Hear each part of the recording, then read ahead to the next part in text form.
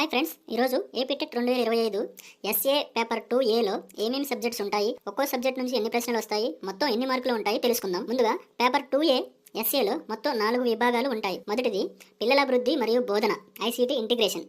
రెండవది optional language, Telugu, Hindi, Urdu, Kannada, Tamil, Odia, Sanskrit ఉంటాయి. ఇందులో ఏదొక లాంగ్వేజ్ చూస్ చేసుకోవాలి. మూడవది కంపల్సరీ లాంగ్వేజ్, ఇంగ్లీష్.